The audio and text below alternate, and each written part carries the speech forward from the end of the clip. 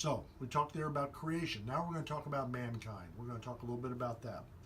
So God was now ready to create man. So all these days of creation. Now, remember before I told you that when God is doing something, the first sentence was, in the beginning, God created the heavens and the earth. All right? That is a general statement. That is a statement of what he did in the beginning. Now he goes back and he starts to fill in details. Day 1, light. Day 2, the firmament. Day 3, the dry land and the vegetation. Day 4, the sun, moon, and the stars. Day 5, the fish and the birds. Day 6, the land animals. And then later on in the day, well, this is what we're going to talk about now. He creates all of the land animals. So all of that is in preparation for his final creation. And we'll talk about it. So God was now ready to create man. What was in place for the man whom he would create? In other words, what was there so that the man who created would survive? You know what it was? Everything. Everything man needed to survive and enjoy his existence was now in place. All the, like I said, light, air, dry land, vegetation, the sun, the moon, the stars, the fish and the birds, the land animals, everything was in place. The mist coming up from the ground, all of it was ready. It was just prepared, and now it's like I said once before, it's like parents who get a room ready, a nursery for their child. They get everything prepared, everything ready. Why? So that child will enjoy its existence while it's in there. They have the mobile up above, and they can see it spin around. They watch it and everything. And the soft bed and the rails up there so that it doesn't fall out of the bed, and all the different things. It's all prepared just for that one little baby. And what is this revealing about God? This is where we really start seeing God's love. Okay? I'm not saying he didn't have love before. He is love. But here it's being evidenced. It's being displayed in a way that hadn't been up to this point. We can look back and see God's love in all those things, but as you're doing it, you wonder, why is he doing it? Why is he doing it? Why is he doing it? And so, like I said before with that one lesson, it's like the Spirit of God, who is the maestro of the universe, tap, tap, tap, tap, tap, and then all of a sudden he starts the creating of everything. And so we see that. So everything was needed. Everything needed to exist and enjoy his existence was in place. So what was the purpose of God? What was God's purpose in creating the universe? Was it for his own benefit? No, because he existed for eternity without it. So why would he need to do this? The issue of the word that I want you to really latch onto is need. God doesn't need anything. He exists by his own power and his own enjoyment. God doesn't do it. So God said he created it. In Isaiah 45:18, God said he created the universe to be inhabited. Inhabited by who? Well, obviously us. So why did God create the physical universe when he could have just had man live with him in heaven? Why? Why not just have man live with him in heaven and enjoy that and never worry about it? Well, God wanted to show how much he loved the people whom he would create. He wanted to show how much he cared for them and would provide for them, and man could be dependent upon him. He wanted them to see his nature and character through his creative acts and his care for them. That's what he wanted. He wanted them to see that. For whom did God create the universe and the earth? It says that God created it for the man and the woman so that they would enjoy themselves and serve their Creator. Not as slaves, but as children, as his offspring, in the sense of not like they would become God or anything like that.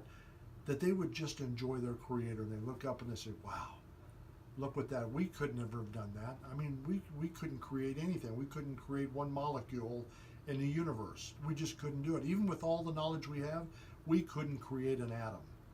And yet here God did all of this for us. That just shows how much he cares. And he allows us, talking about Adam and Eve, he allows us to be with him and enjoy him forever. So that's kind of neat on that. God created for the man and the woman, so like I said, they could serve him. When God said he wanted to make man in his image, what did he mean? Well, what it would mean is God would create man with a mind, with emotions, and a will. So and we'll talk about that. He wanted him to be able to think and to be aware of all that was going on in the earth. God didn't want a man just to be like one of the other animals. He wanted a man to, how do I want to say this? He wanted to relate to man.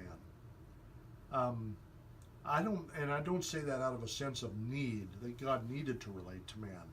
God wanted to, but he wanted the man to be able, more importantly, to relate to him. And the only way he could relate to him is if he could think, and we'll talk about this here, talking about having a mind. Let me just say these, and then we'll just talk about this a little bit.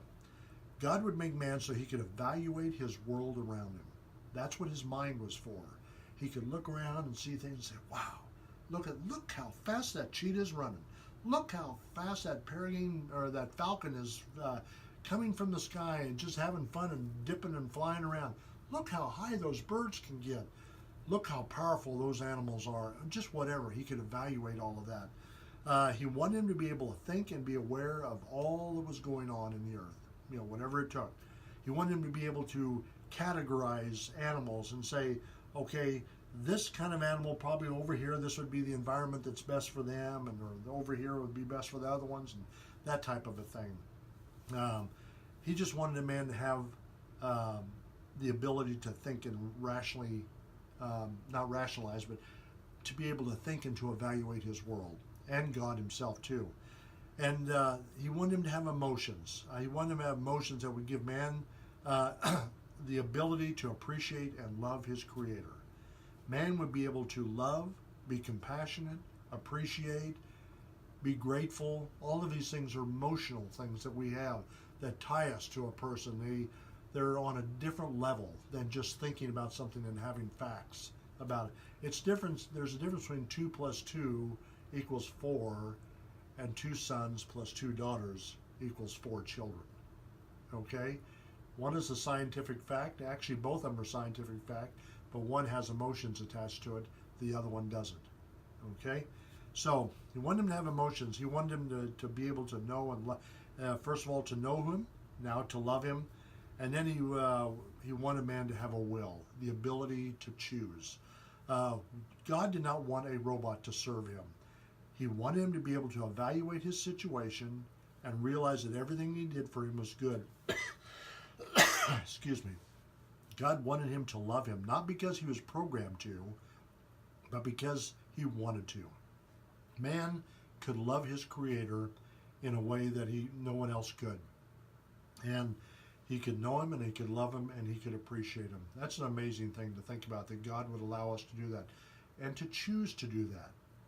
To choose to love his Creator. The ability to choose is an amazing thing. You think about it, none of the other animals, I shouldn't say it that way, none of the animals had that ability. Only mankind has been given that ability, the ability to choose, to make a decision, to decide. And that was part of the process, And why would man have the ability to choose? It's because God chose. God chose to create. When he said, I make man in my image, well, one of those image characteristics is that God chose. God chose to create. He didn't have to, didn't need to. He chose to create. And so he gave man the ability to also make a choice, do what he wanted to do it. God didn't want robots to serve him.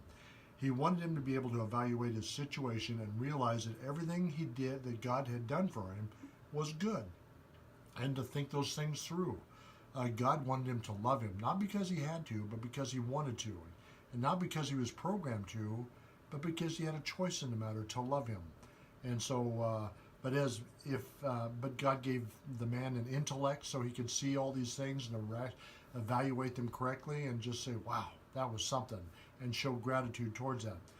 Now, since Satan and his followers were, whatever time period they were created, we believe they were created before this, why don't they have the right to control the earth and all things and all things on the earth?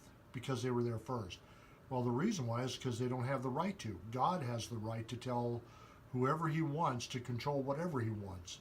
And so God has made man the ruler over the earth, or the manager, let's put it that way. That they would have dominion over the earth. And remember what God said? Let them have dominion over the earth, over the fish of the sea, birds of the air, all the animals, creeping things, everything. God is the owner of everything, and He is the only one who has the right to set the rules and boundaries for everything that exists. That's who God is. Now, God gave the right to manage the earth and everything in it to the people that He created. And He can do that because the people are His creation, but so is everything else. And so by nature, He owns it all. He didn't give it to Satan and his demons in order to have them do anything. So that was just one of the things that God gave to Adam and Eve. So when God created Adam, what was Adam made from? It said he was made from the dust of the ground. God took dirt, and He says He formed man, breathed into his nostrils the breath of life, and man became a living soul. And that's what he was. So did Adam immediately become aware of his surroundings? Yes. Well, let me put it this way. When I say that, I mean after God breathed into his nostrils the breath of life, then he became aware.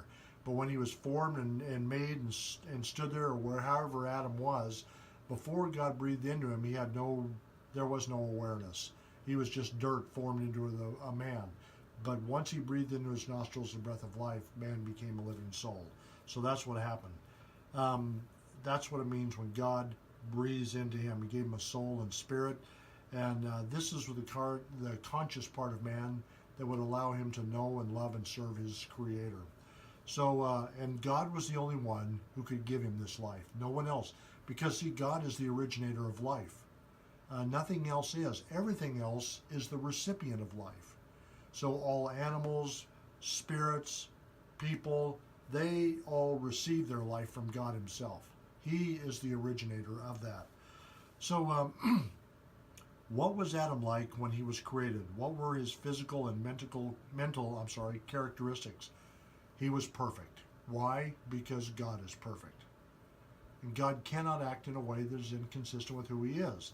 He was physically strong. He was healthy. There were no flaws, His mental faculties were beyond compare, other than God Himself. You got to have to consider something. Here's a man whose mental capacities were not affected by sin at this point. So everything that he thought and did was just on a magnitude we probably can't even imagine. He was probably looking at his surroundings and just thinking like nobody else's business. But he still had to go out and learn. So he was learning things probably at a rate that we can't even comprehend. All the different things, compositions. He was always making right judgments about what he was learning and so on. Or if not, if he didn't know, see, that was another thing. He could ask God. He could ask God because God wanted him to be dependent upon Him.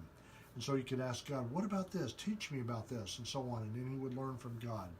So He gave him that ability. The mental capacities allowed him to evaluate his world around him accurately and appreciate all that God had done for him.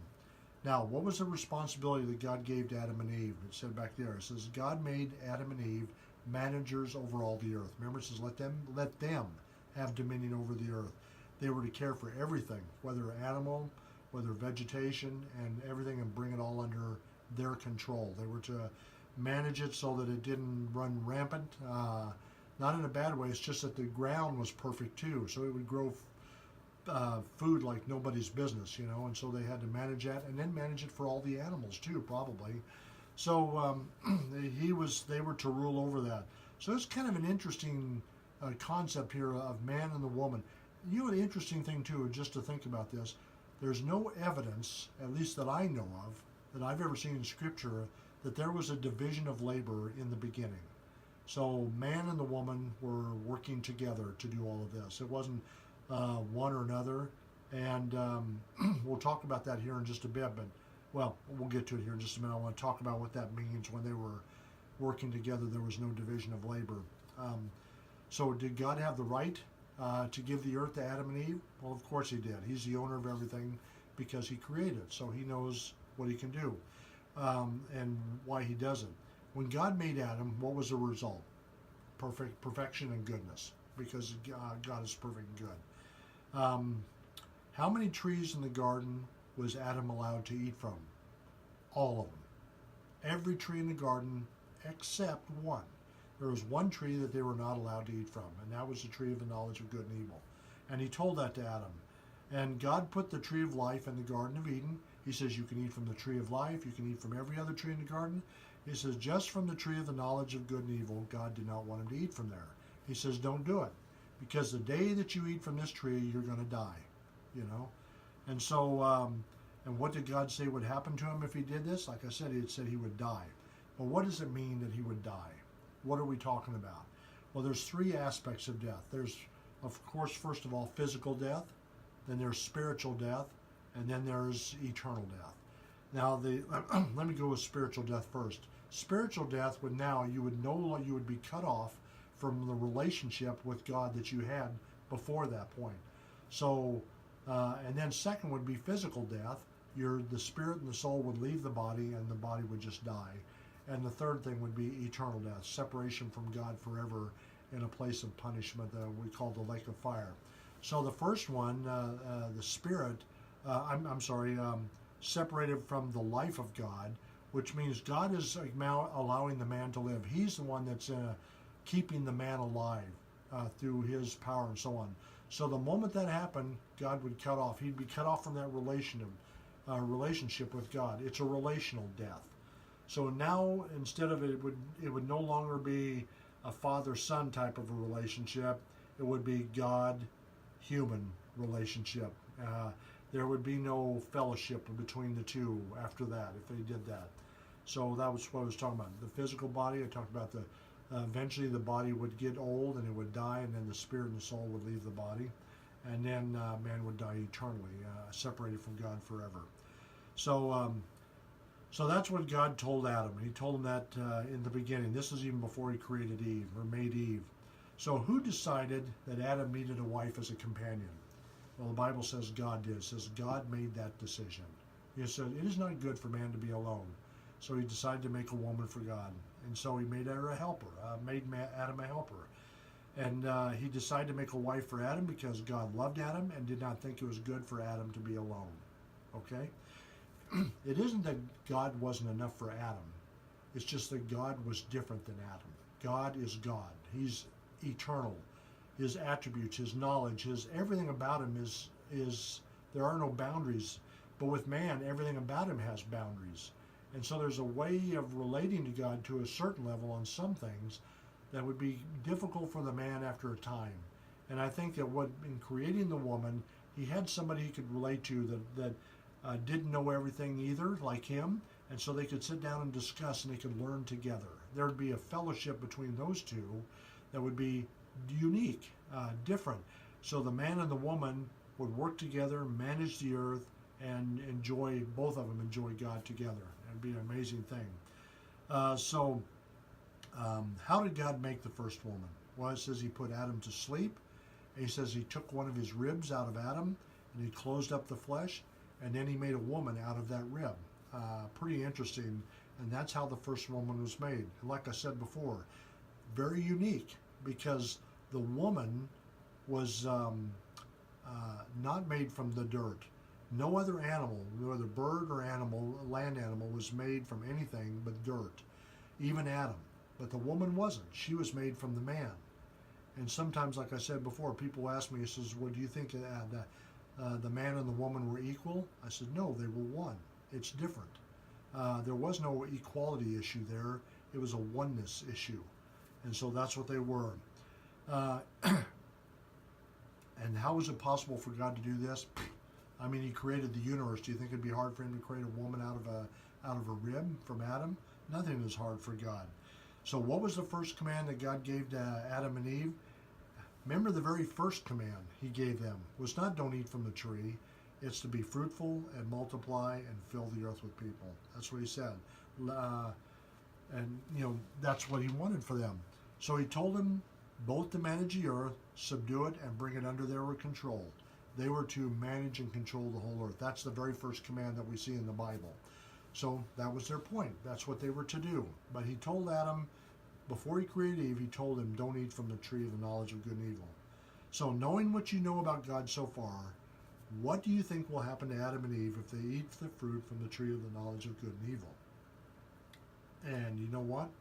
We're going to continue that. And that's what, from now on, this has been everything, all the review up to this point. Now we're going to start talking about why is the world the way it is, the way we see it now.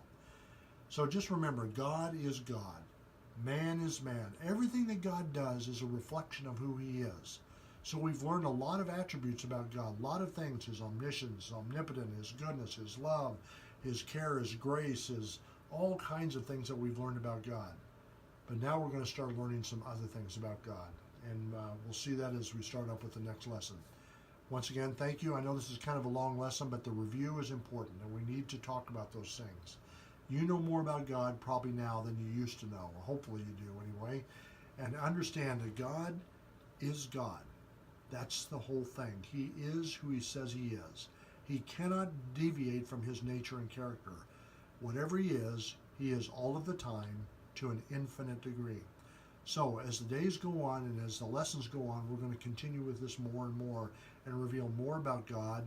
Not so much always new attributes, but new ways of showing those attributes. And I think you'll appreciate that. Remember, if you have any friends that want to listen to this, be sure and get them onto their favorite podcast and look up the Premature Bible Institute. Just look it up there. And if you want to watch this, get on YouTube and just look up my name, Doug Schaible, D-O-U-G space S-C-H-A-I-B-L-E, and find it on there. And I've got some other videos and stuff like that too, but I have all these lessons on there. Thanks again for listening, and I appreciate all your time. You take care. Bye.